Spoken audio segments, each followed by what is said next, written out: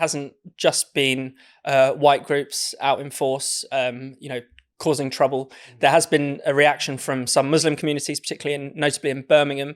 You wrote about this earlier this week. Do you want to talk about that? Yeah, I mean, this has been plastered across the news, of course, and social media, whereby you did see this response when there was rumours in Birmingham that there was going to be a far-right march, an attack on the mosque. So quite understandably, you have Muslims in that area deciding that we're going to kind of stand out to protect the mosque. That's something that you've seen across the country. But there's also this other gathering of predominantly young men around this roundabout nearby in front of a McDonald's, where that's clearly not what they were engaged in. I mean, it was clearly something entirely different. It was just sort of thuggish behaviour. They felt like they got licence to do it. Many of them wearing balaclavas, some of them carrying weapons.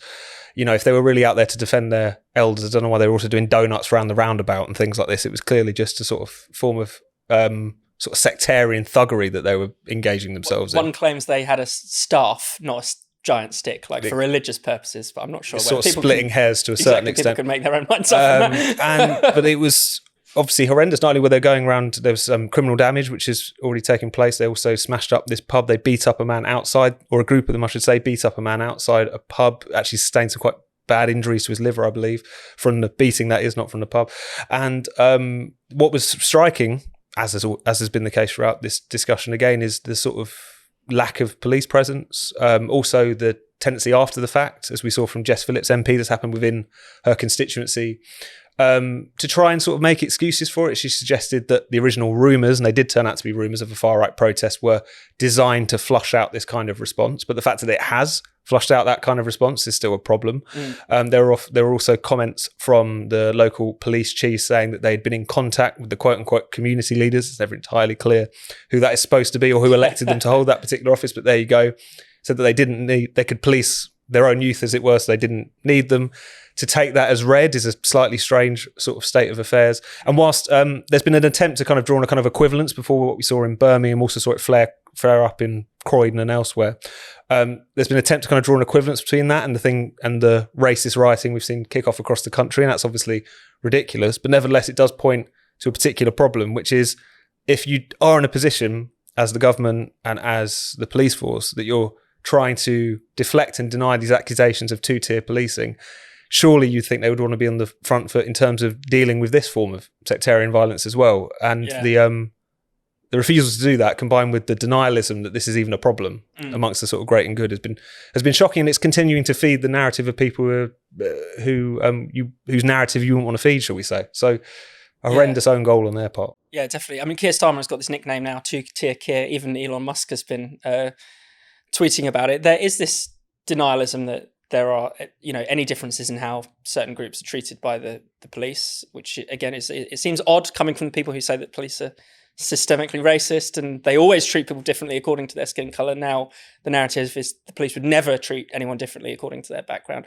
What have you made of that kind of discussion? Yeah, I mean, I think even if there is not the full picture, the two-tier Keir or the two-tier policing, even if that was the case, the onus, I think, as well, is on, our institutions to demonstrate to people that that is not the case. If there is that perception, I think that really does undermine people's confidence and trust within institutions, and the ability of the police and the state to actually, carry out the things that they need to carry out. So rather than just engage in this dismissal, this contemptuous attitude towards people raising those concerns, I think that we should, take them seriously. And I mean, when there was that video that was circulating of the police officer saying, well, if you, have weapons, put them down, in a mosque. I mean, a lot of people would understandably were like, hold on a second, like if people have like lots of really dangerous weapons, that they're going out to essentially assault people, that's something that should just not be allowed regardless of the circumstances.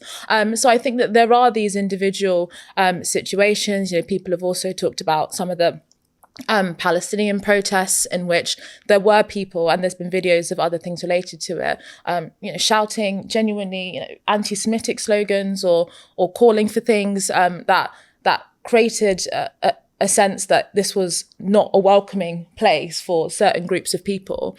And there's been a laissez-faire attitude to talking about that. Now, I'm not going to make an equivalent between some of the things going on with BLM and the situation right now. But I do think that it is interesting that when there were riots going on in the US, police officers being assaulted, many people died during those riots. Yeah, I think 25 people died during the BLM riots. It's worth remembering that exactly. over in the US.